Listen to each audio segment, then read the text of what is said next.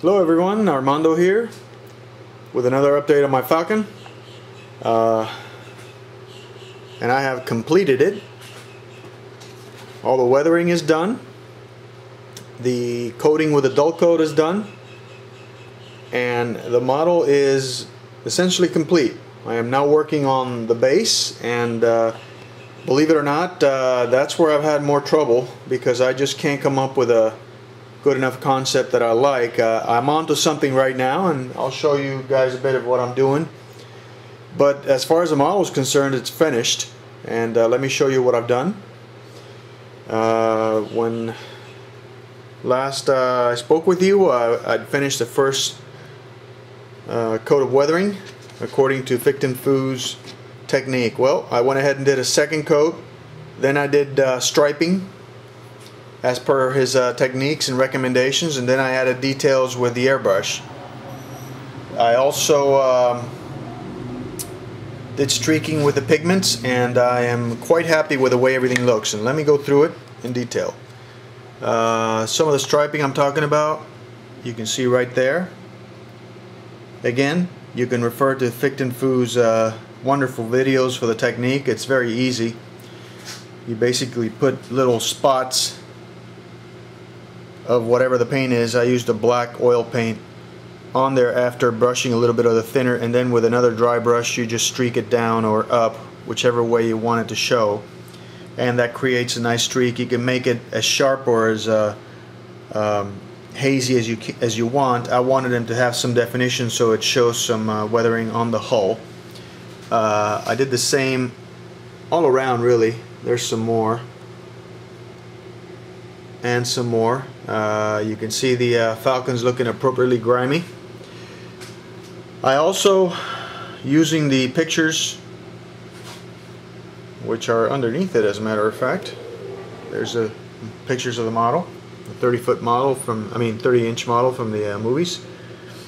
I used it as a guide, and as you can see, it has some pock marks from shots that were taken. Well, I got my airbrush, and using some of my transparent smoke alclad, I went ahead and tried to replicate the pattern. I also added some additional weathering with the airbrush there and along the front, just because I felt like being creative. Also, it helped me hide some of the light leaks that I couldn't get rid of otherwise. But no, I thought it looked good. As far as the pigments, I went ahead and suited up the smokestacks using black pigment, and I'll show you what I used in a minute.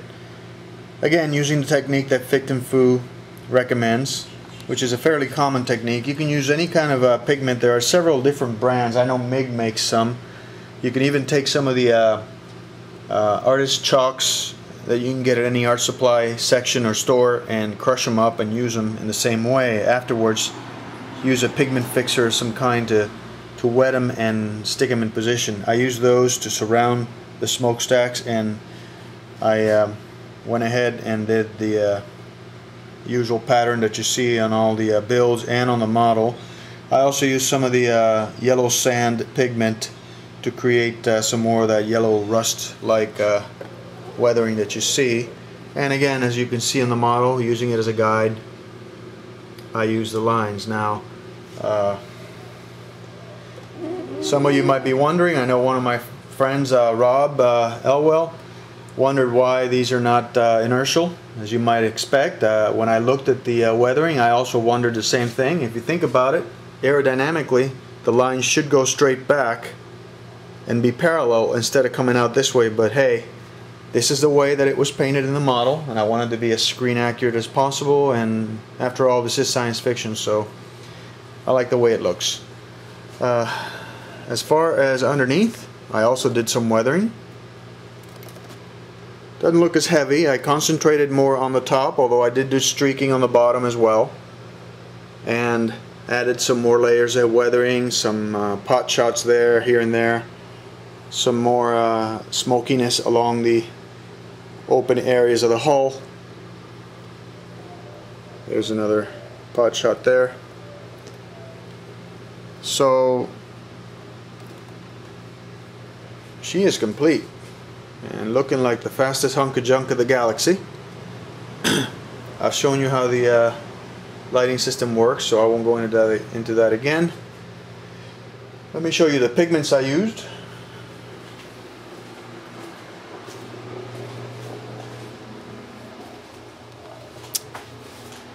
They are the Secret Weapon pigments. You get them at their website, Secret Weapon. Just Google that for model painting and such. They have a lot of good stuff. But again, these are just one of any number of pigments. It's basically a powder. Now, one thing I will tell you, which I discovered, and here, see, it's a black powder, and then you use their fixer, pigment fixer, although you can use pretty much any pigment fixer that's designed for this. It will, as the name implies, fix the pigment so it doesn't move anymore, because it is a powder and it'll get blown away or get on your hands or get on everything. And that's what I was going to tell you, which, you know, I should have figured it out logically, but being the inexperienced newbie that I am, I didn't. So when I applied the pigment and then I blew it out with blowing on it with my mouth, of course the powder got all over the place, my work area, other areas of the model, and it stained those areas, so I had to spend time with some water getting it out. So obviously, if you're gonna blow on it to get it off of the model, be careful. Protect other areas of the model or your work area. It's just a simple precaution, but that way you'll avoid the mess that I got, which was kind of silly. Now, as far as the base is concerned, I have gone back and forth with this. I've tried several different designs. I'm convinced I want to pose it in some sort of dynamic pose, like tilted, like it's just taking off of a platform. But I want the underside, the base, to be reflective, so it shows the lights on the bottom. I toyed with the idea of creating some brackets like these, melting styrene rods with my heat gun and gluing them in place, but the initial design didn't work because the top cracked off. And then this design, although it looks sturdy, the epoxy just isn't holding the way I'd like.